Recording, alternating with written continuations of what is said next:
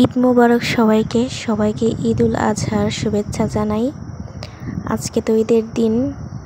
আমি তো খুব ভোরবেলা ছাদে চলে গেছি, কারণ খুব ভোরবেলা উঠছিলাম আজকে।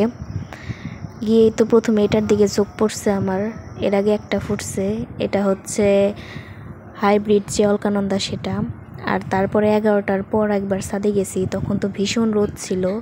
দেখি যে আজকে এই 5টা একসাথে ফুটে আছে। একটা গাছে 3টা, আরেকটা গাছে এই তো 2টা।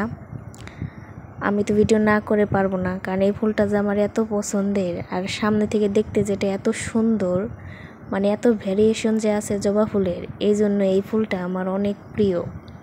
অন্যান্য দিনের থেকে তো আজকের দিনটা খুবই স্পেশাল, কারণ আজকে ঈদের দিন। তাই আমি তো বারবার উপর নিচ করতেছিলাম।